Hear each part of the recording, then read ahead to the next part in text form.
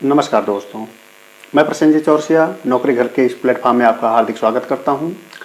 आज हम सामान्य अध्ययन के जिस टॉपिक पर बात करने वाले हैं वह है भारतीय इतिहास एवं राष्ट्रीय आंदोलन।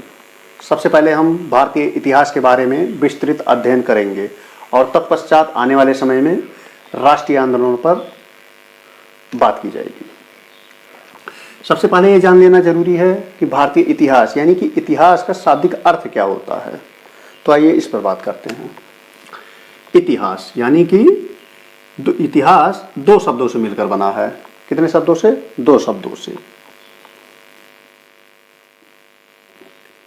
इति प्लस हास। इति मतलब होता है ऐसा, हास मतलब हुआ होगा, अर्थात ऐसा हुआ होगा। ये हो गया इतिहास का शाब्दिक अर्थ। इतिहास का शाब्दिक अर्थ क्या निकला? ऐसा हुआ होगा। कब हुआ होगा? जो पीछे की हमारे सभ्यता थी, उस सभ्यता के जो मानव थे, उन मानवों के द्वारा ये कार्य किया गया या प्रकृति के द्वारा हुए, इसी को इतिहास के कालखंडों में जोड़कर देखा जाता है। आइए बात करते हैं कि इतिहास का पिता किसको कहते हैं। तो इतिहास का पिता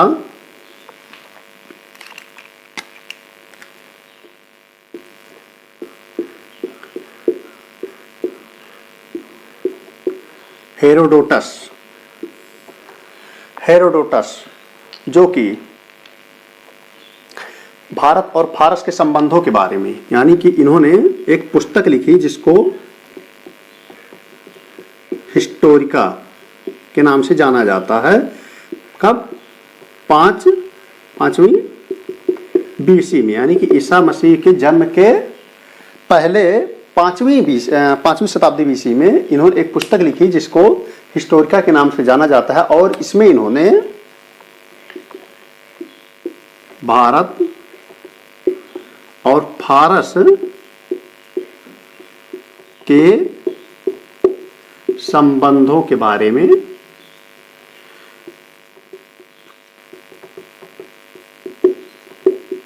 बताया और यहीं से इतिहास शब्द की पृष्ठभूमि जन्मी। कहां से? पांचवीं बीसी से, हिस्टोरिका पुस्तक के माध्यम से, हेरोडोटस के द्वारा। और इन्हीं को इतिहास का पिता कहते हैं, father of history, that's called Herodotus.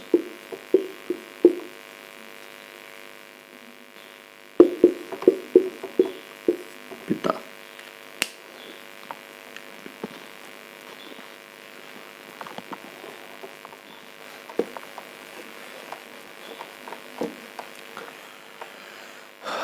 इतिहास के कालखंडों की बात की जाए तो इसमें मुख्यतः 3 कालखंड आते हैं, जिसमें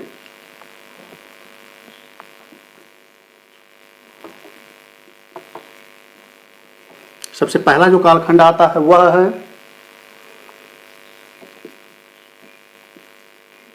प्राचीन इतिहास। उसके बाद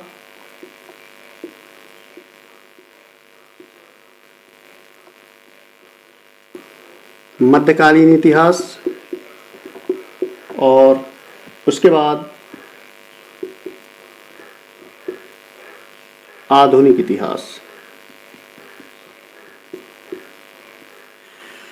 आधुनिक इतिहास को 1947 तक ही देखते हैं, इसीलिए जो वर्तमान समय का इतिहास है, 1947 के बाद का इतिहास है, उसको समकालीन इतिहास के रूप में अध्ययन करते हैं। किस रूप में? समकालीन इतिहास के रूप में। और अगर कालखंडों की बात की जाए कि प्राचीन इतिहास, मध्यकालीन इतिहास, आधुनिक इतिहास और समकालीन इतिहास का कालखंड क्या था, तो प्राचीन इतिहास की अगर बात की जाए तो शुरू से लेकर, यानी कि शुरुआत से लेकर, यानी मानव सभ्यता की शुरुआत से लेकर शुरू से अरब आक्रमण तक,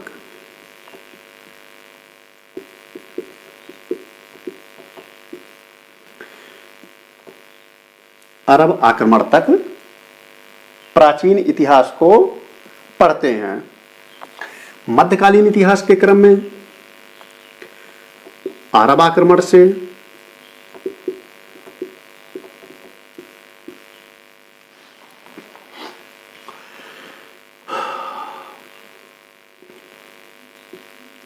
यूरोपियों के आगमन तक,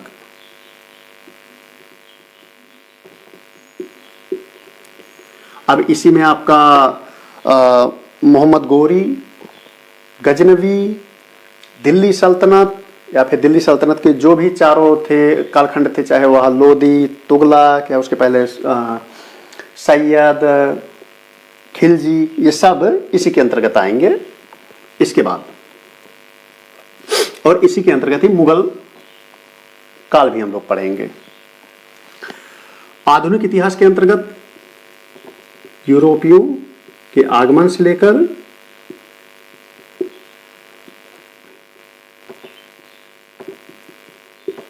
यूरोपियों के आगमन से लेकर 1947 ईस्वी तक के इतिहास के कालखंड को हम पढ़ेंगे और समकालीन में 1947 से लेकर आज तक जो भी ऐतिहासिक घटनाक्रम या कालखंड में स्थितियां दर्शाई गई या हुई उसको हम पढ़ेंगे। जैसे कोल्ड वार या फिर भारत के साथ अन्य देशों के जो मैत्रीपूर्ण संबंध या शत्रुपूर्ण संबंध, जो भी संबंध रहे होंगे, इसको हम समकालीन इतिहास के कालखंड में पढ़ेंगे। तो चलिए स्टार्ट करते हैं हम। सबसे पहले प्राचीन इतिहास, प्राचीन इतिहास को, यानी कि जो अरब आक्रमण तक था, अब उसके कालखंडों की बात करते हैं।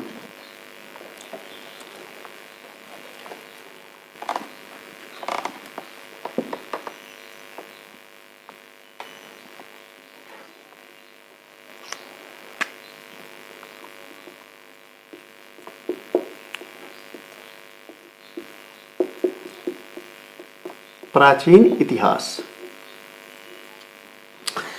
ऐसा नहीं है कि प्राचीन इतिहास सिर्फ एक ही कालखंड में सिमटा हुआ है। प्राचीन इतिहास भी कई कालखंडों में सिमटा हुआ है, जिसमें आपका प्रागैतिहासिक काल, आद्य ऐतिहासिक काल और ऐतिहासिक काल है।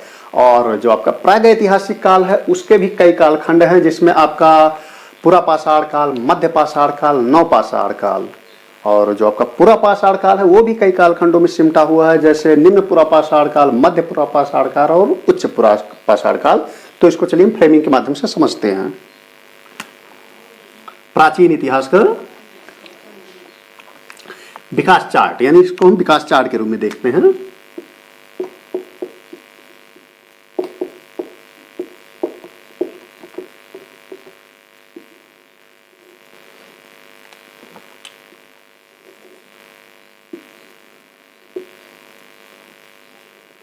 इसमें सबसे पहला आता है प्रागैतिहासिक, प्रागैतिहासिक काल। उसके बाद आता है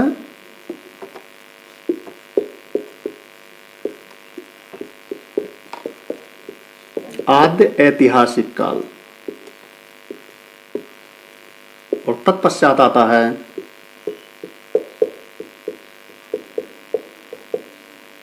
ऐतिहासिक काल। जो प्रागैतिहासिक काल आता है, इस प्रागैतिहासिक काल की जो विशेषताएं हैं वो विशेषताएं कहीं ना कहीं कुछ ऐसी हैं कि इसमें जो पुरातात्विक साक्ष्य मिले हमको, ये साक्ष्य भी मिले और इसको मानव ने समझा भी। यानी जैसे पत्थर के जो भी औजार थे, चाहे वो गुफाएं थी या कहा जाए भित्ति चित्र मिले, इन सब के माध्यम से प्रागैतिहासिक काल को समझा गया, उसको दर्शाया गया। इसके बाद आता है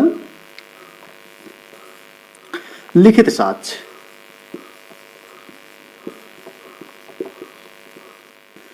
यहाँ पर लिखित साक्ष्य का अभाव मिलता है, यानी किसी भी प्रकार का कोई भी लिखित साक्ष्य उपलब्ध नहीं है। तो जिसमें ये दोनों विशेषताएं हैं, यानी कि पुरातात्विक साक्ष्य है, उसको समझा भी गया है, लिखित साक्ष्य का अभाव पाया जाता है। ऐसी जो सभ्यता पाई गई है, ऐसा जो काल पाया गया है, वो पाषाण काल में दिखता है, यानी पाषाण काल पाया गया है। पाषाण काल अर्थात पत्थरों का काल। पत्थरों के काल के संदर्भ से उसका तात्पर्य ये है कि यहाँ पर जो भी मानव रहते थे, उनका जो मूल औजार या हथियार था वो पत्थर ही थे। अब वो चाहे पत्थर चॉपिंग के माध्यम से होते थे, या चॉपर के माध्यम से होते थे, या जो भी पेबल होते थे, इसके माध्यम से वो अपना जीवन यापन करते थे शिकार करके, और इस पत्थर से ही बनी गुफाओं में वो जीवन यापन करते थे। इसीलिए इसको किस नाम से जाना गया? पाषाण काल के नाम से जाना गया, जिसमें पुरातात्विक साक्ष्य यानी जो गुफाएं हैं और जो उनके पत्थर के औजार थे वो मिले, लेकिन लिखित साक्ष्य किसी भी प्रकार का नहीं मिला, यानी इसका अभाव पाया जाता है। अगला है आद्य ऐतिहासिक काल। आद्य ऐतिहासिक काल में आपका पुरातात्विक साक्ष्य तो मिले, यानी कि पुरातात्विक साक्ष्य मिले, मानव ने इसको समझा भी, इसकी स्थितियों को भी दर्शाया, जाना, सब कुछ किया, लेकिन यहां पर भी जो लिखित साक्ष्य थे वो तो मिले, लिखित साक्ष्य थे, लेकिन इसकी जो लिपि थी वो पठनीय नहीं थी, लिपि पढ़ी नहीं जा सकी। यानी ऐसा काल, ऐसी सभ्यता, ऐसा जिसमें पुरातात्विक साक्ष्य भी मिले हैं, उसको समझा भी गया है, उसको अच्छे से जाना भी गया है, लेकिन जो लिखित साक्ष्य मिले हैं वो साक्ष्य अभी भी सुरक्षित हैं, लेकिन उसकी जो लिपि है वो अभी तक के मानव ने अभी उसको पढ़ा नहीं है, उसको समझा नहीं है। और ये जो इस तरीके की जो सभ्यता पाई गई वह थी वैदिक सभ्यता और सैंधो सभ्यता।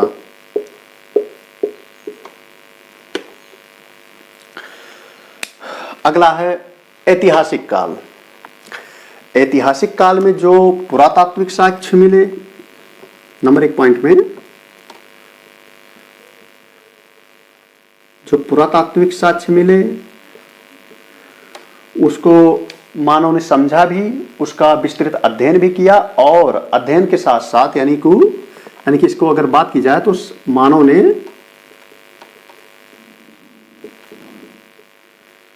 समझा, इसका अध्ययन भी किया, और वर्तमान समय में यह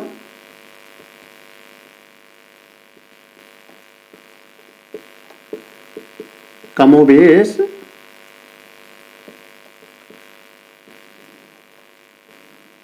हमारे सामने है भी।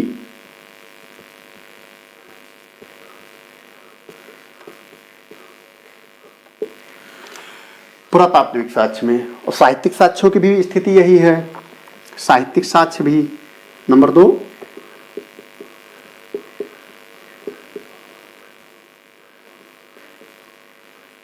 साहित्यिक साक्ष्य भी मिले हैं, और इन साहित्यिक साक्ष्यों को पढ़ा भी गया है। इसके साथ साथ यानी कि पुरातात्विक और साहित्यिक के साथ साथ एक और इसमें स्थिति आई है कि विदेशी यात्रियों के विवरण भी इस ऐतिहासिक कालखंड में हमको प्राप्त हुए हैं।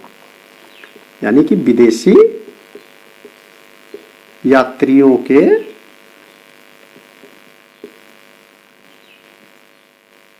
विवरण ये भी ऐतिहासिक कालखंड में हमको प्राप्त हुए हैं, जो कि हमको प्राचीन इतिहास के विकास चार्ट को समझने, उसको जानने में गंभीर रूप से मदद करते हैं।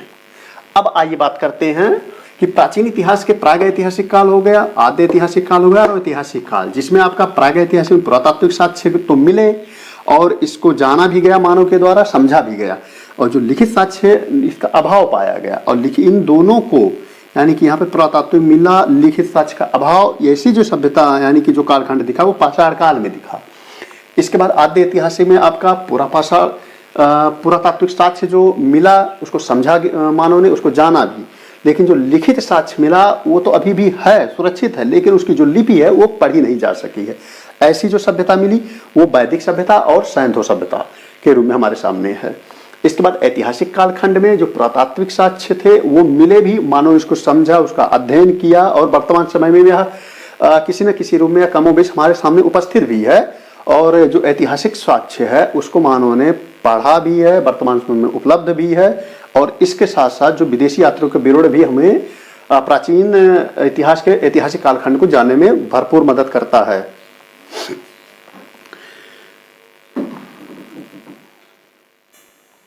प्रागैतिहासिक काल में जो ये पाषाण काल है, इस पाषाण काल में भी कई कालखंड हैं जिसको आगे हम चार्ट के माध्यम से देख रहे हैं।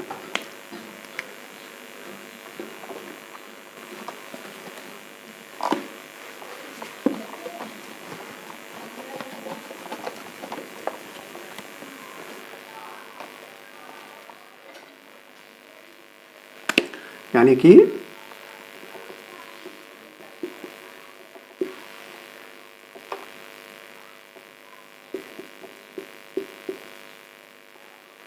प्रागैतिहासिक काल का पाषाण काल में कालखंडों का विभाजन हम देखते हैं।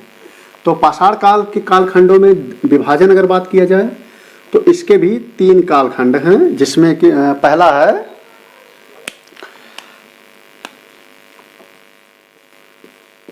पूरा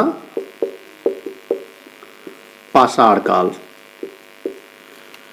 और दूसरा है मध्य पाषाण काल, और जो तीसरा है इसमें पूरा पाषाण काल में वो है नवपाषाण काल। अब इसके टाइम पीरियड की बात करें कि पूरा पाषाण काल, मध्य पाषाण काल, नवपाषाण काल का टाइम पीरियड क्या था, तो इसका जो था प्रारंभ से लेकर 10,000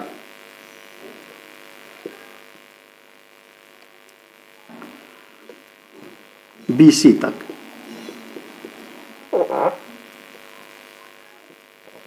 10,000 BC तक, यानी कि ईसा मसीह के जन्म के 10,000 साल पहले तक पूरा पाषाण काल चला। अब इसके बाद मध्य पाषाण काल आया, तो मध्य पाषाण काल 10,000 BC से लेकर 5500 BC तक चला। अब इसके बाद जो नवपाषाण काल आया वह 5500 BC से लेकर 3000 BC, यानी ईसा मसीह के जन्म के 3000 साल पहले तक नवपाषाण काल चला। अब इसके बाद जैसे प्रागैतिहासिक काल में पाषाण काल जो था वो पूरा पाषाण काल, मध्य पाषाण काल, नवपाषाण काल। अब पूरा पाषाण काल भी 3 कालखंडों में विभाजित हुआ। कितने? 3 कालखंडों में, जिसमें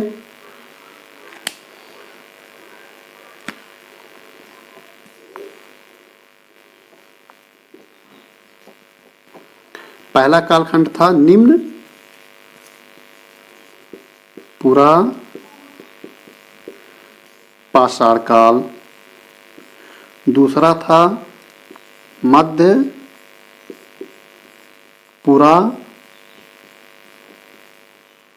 पाषाण काल, और तीसरा था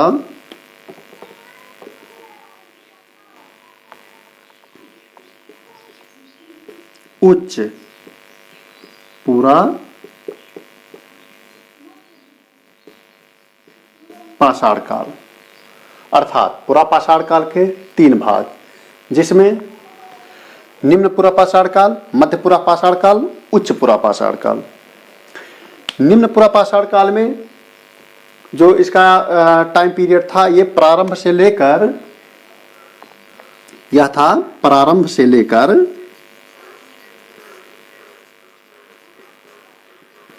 1,00,000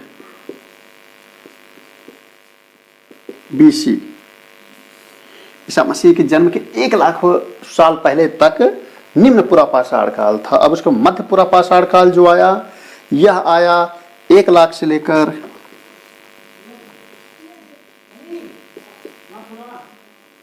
40,000 BC तक। अब इसके बाद उच्च पूरा पाषाण काल जो 40,000 BC से लेकर 10,000 BC तक था। अब इस बार इसको दोबारा हम देखते हैं एक बार।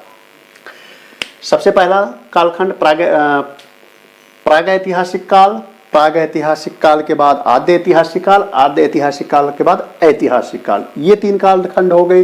अब इसके बाद जो प्रागैतिहासिक काल का मुख्य कालखंड था, ये पाषाण काल था। अब पाषाण काल जो था, पाषाण काल के भी 3 कालखंड है, जिसमें पूरा पाषाण काल, मध्य पाषाण काल और नवपाषाण काल। अब पूरा पाषाण काल का जो टाइम पीरियड था, ये प्रारंभ से लेकर, अब प्रारंभ से लेकर का मतलब क्या हुआ अभी बता रहे हैं, प्रारंभ से लेकर 10,000 BC तक, यानी कि ये तीनों कालखंड जिसमें निम्न, मध्य और उच्च पूरा पाषाण काल, ये तीनों कालखंड यानी प्रारंभ से लेकर ये 10,000 BC तक, ये टोटल इसमें कंसाइज थे, यानी कि इसमें समाहित थे पूरा पाषाण काल में।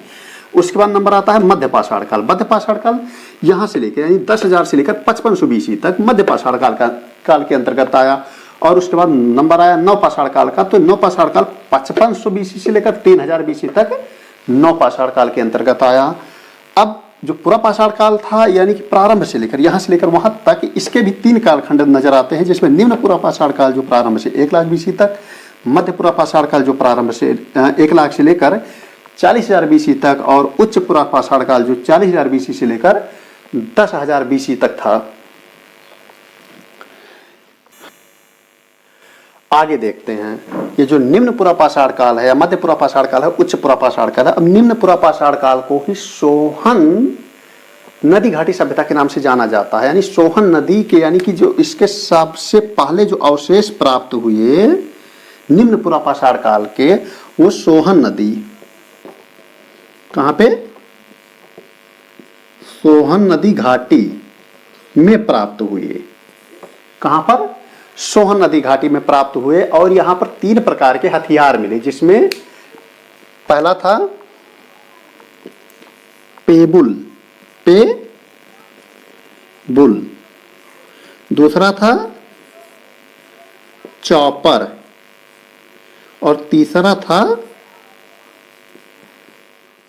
चॉपिंग। यह जो पेबुल था, ये जो नदियों के बहाव से रगड़ खाकर चिकने हो गए पत्थर थे, वो पेबुल कहलाते थे।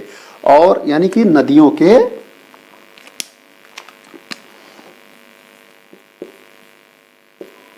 बहाव से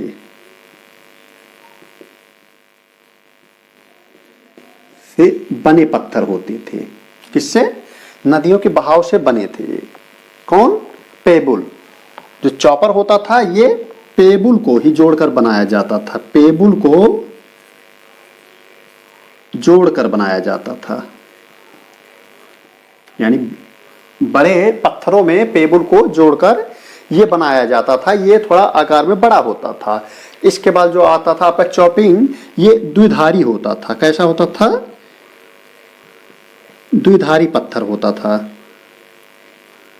इसको चॉपिंग कहा गया है, यानी जो 2 धारी होता था। तो आपका इसमें निम्न पूरा पाषाण काल में जो सोहन नदी घाटी के नाम से इसको जाना जाता है, यानी कि जो निम्न पूरा पाषाण काल है, ये सोहन नदी घाटी के नाम से भी जाना जाता है। और इसके जो औजार प्राप्त हुए वो 3 प्रकार के मिले यहाँ पर, पेबुल, चॉपर और चॉपिंग। जैसे में पेबुल जो था नदियों के बहाव से उसके रगड़ खाकर इसका निर्माण हुआ, और उसी पेबुल से उस दूसरे पत्थरों को जोड़कर आपका चॉपर बना।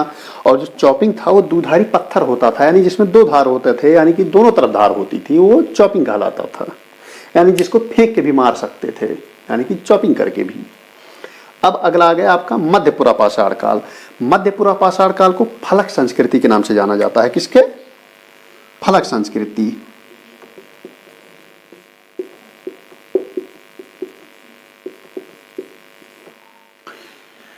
ऐसा करते हैं, इसको ऊपर लिखते हैं, जगह नीचे हमको लग रहा कम है।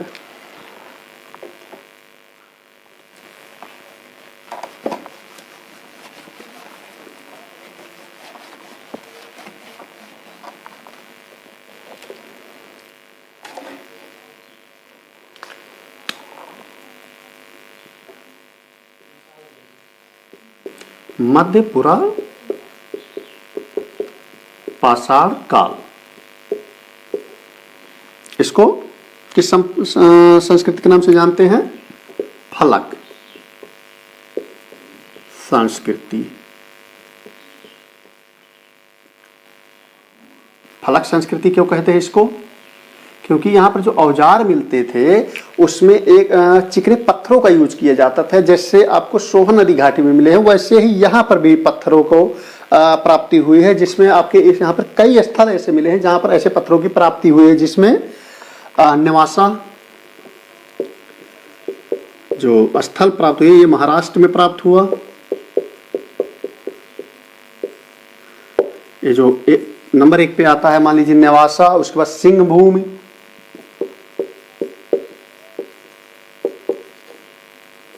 सिंह भूमि जो प्राप्त हुआ आपका वो झारखंड से प्राप्त हुआ, झारखंड में। और इसके अलावा आपका उत्तर प्रदेश में आपका चकिया जो कि आपका वाराणसी में पड़ता है, चकिया जो कि वाराणसी में पड़ता है, यूपी में, उत्तर प्रदेश में, वहां से प्राप्त हुआ। इसके अलावा भी भीमबेटका, जैसे भीमबेटका की जो गुफा है वहां से भी स्थल इस प्रकार के यानी कि फलक संस्कृति के अवशेष प्राप्त हुए। भीमबेटका,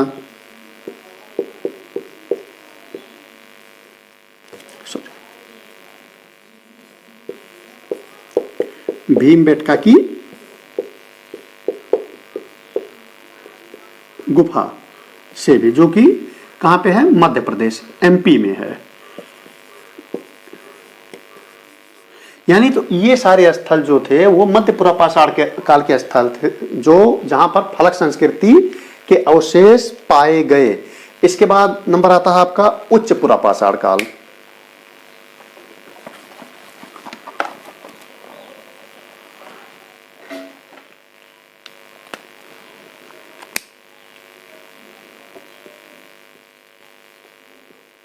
उच्च पुरा पाषाण काल।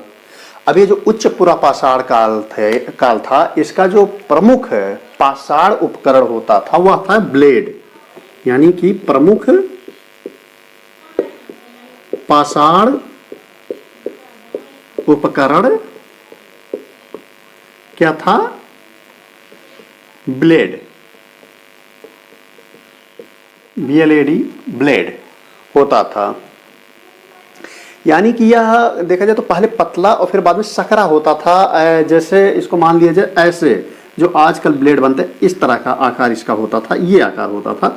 और यहाँ पर इसका जो कहते हैं ये पतली धार जिसको कहते हैं धारनुमा यहाँ पर संरचना पाई जाती थी, जो कि इसकी लंबाई ज़्यादा होती थी और चौड़ाई इसकी कम होती थी। ये धारनुमा संरचना पाई जाती थी। और ये जो भी ये उच्च पुरा पाषाण काल के जो स्थल पाए गए हैं, ये इसके उपकरण जो पाए गए हैं ये भी सोन घाटी, यानी कि कहां पर पाए गए हैं? सोन घाटी, यानी कि सोन नदी के तट पर, जो मध्य प्रदेश और उत्तर प्रदेश के बॉर्डर पर अवस्थित है नदी।